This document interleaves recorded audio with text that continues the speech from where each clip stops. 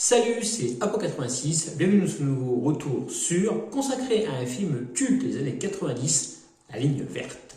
Alors, vous voulez tout savoir sur ce film? C'est un rendez-vous après ceci.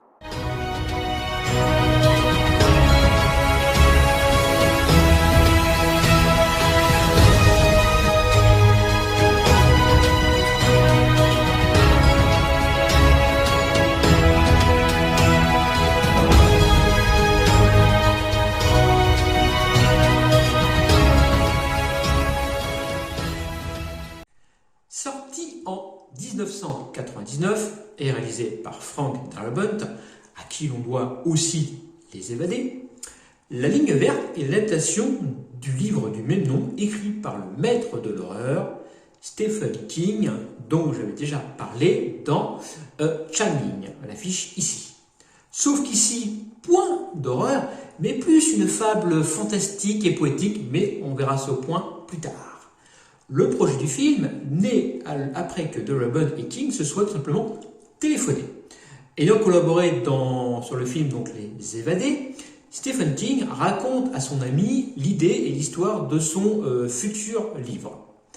C'est lui, Frank Darabont, se dit fortement intéressé pour l'adapter en film, mais d'abord Stephen King doit écrire ce livre, décliné d'ailleurs en plusieurs épisodes, et dont le premier acte, Deux petites filles mortes, séduit immédiatement le réalisateur.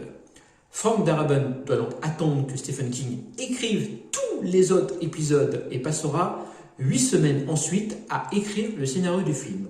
Oui, à le réécrire, parce que bien qu'ayant gardé le principal de l'œuvre, Paramount fait quand même quelques réajustements à l'histoire. L'histoire ne se passe plus en 1932, mais en 1935.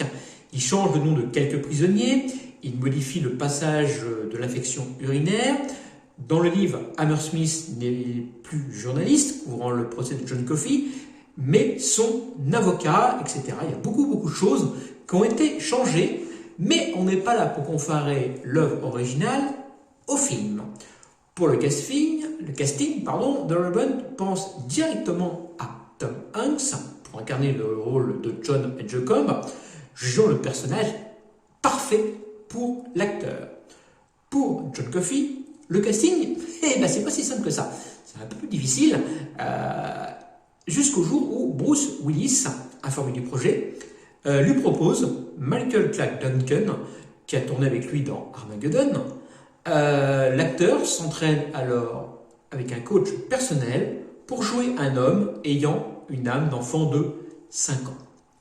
Pour incarner le sadique Wetmore, on prend Doug Hutchinson, qui a été découvert par le public dans le rôle de Eugene Toons dans la série X-Files.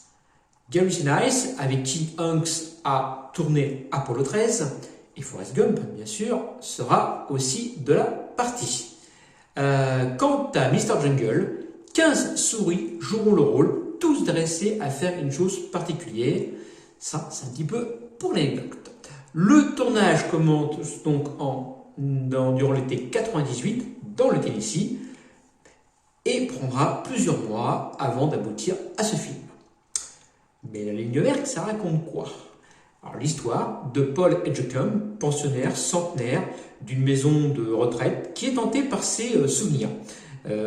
Gardien-chef du pénitencier de Cold Mountain en 1935, il était chargé de veiller au bon déroulement des exécutions capitales en s'efforçant d'adoucir les derniers moments des condamnés, dans ce qu'on appelait donc le couloir de la ligne verte, parce que le lino de ce couloir était en vert, tout simplement. Parmi ces prisonniers, ces condamnés à mort, se trouvait un colosse du nom de John Coffey, accusé du viol et du meurtre de 2 fillettes. Intrigué par cet homme candide et timide, au don, on le voit dans le film, magique, Edgecombe va tisser avec lui des liens très forts. Alors, est-ce que c'est un bon film? Eh bien oui, et encore, le mot est très faible. Alors que tout le monde s'est cassé les dents à vouloir adapter les films de Stephen King, Darabont, comme l'a fait Kubrick avec Shining, a réussi le défi. véritable classique du cinéma, œuvre dramatique auquel superpose parfois l'horreur et la morbidité de certaines scènes, comme par exemple lors de l'exécution de Delacroix. Ce film est pour moi un véritable chef-d'œuvre. Un film qui prend une dimension fantastique dès que John Coffey réalise un miracle, tout simplement, en soignant Paul. Un thème surnaturel, pas de Stephen King, bien sûr, qui suivra alors tout le reste du film jusqu'à la fin de celui-ci, jusqu'à l'intrigue, jusqu'à la scène finale, tout simplement. Bien qu'ayant fait beaucoup de concessions à l'œuvre originelle, on est quand même surpris par la narration presque parfaite du film et de cette relecture faite de l'œuvre originale par Paramount. Un film tourné vers la relation, donc vous l'aurez compris, entre Paul et Coffey, magistralement joué par Tom Hanks et le regretté Michael Clarke Duncan. Tous les autres rôles, que ce soit celui de Bootle, Percy, la tête à claque de Servie, Jan, la femme de Paul, jouée par Bonnie Hunt, qu'on a pu voir dans Jumanji, et Rain Man également, ou encore le directeur des pénitenciers, James Crowell, vu dans The Queen ou The Artist. Tous sont incroyablement convaincants et franchement le casting a été superbement bien choisi par le réalisateur. Même si le film souffre d'anachronisme, les patchs électriques en Louisiane dans les années 30, le film est tout à fait cohérent, historiquement parlant, pour tout ce qui est le reste, tout simplement, du film. Bref, La ligne verte est pour moi une fable poétique sur l'amitié et l'immortalité, mais également une réflexion, une très très grande réflexion sur la flemme de mort et son utilité dans tout simplement la société de 1930, même la société actuelle.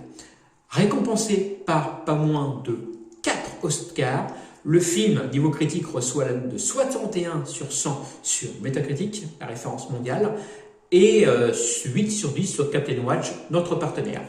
Quant à moi, je vais lui mettre la note de 9 sur 10 à ce film qui frôle le chef-d'œuvre de mon point de vue. J'en ai donc fini avec ce retour sur La Ligne Verte. Je vous dis à plus et surtout gardez l'esprit critique. Salut!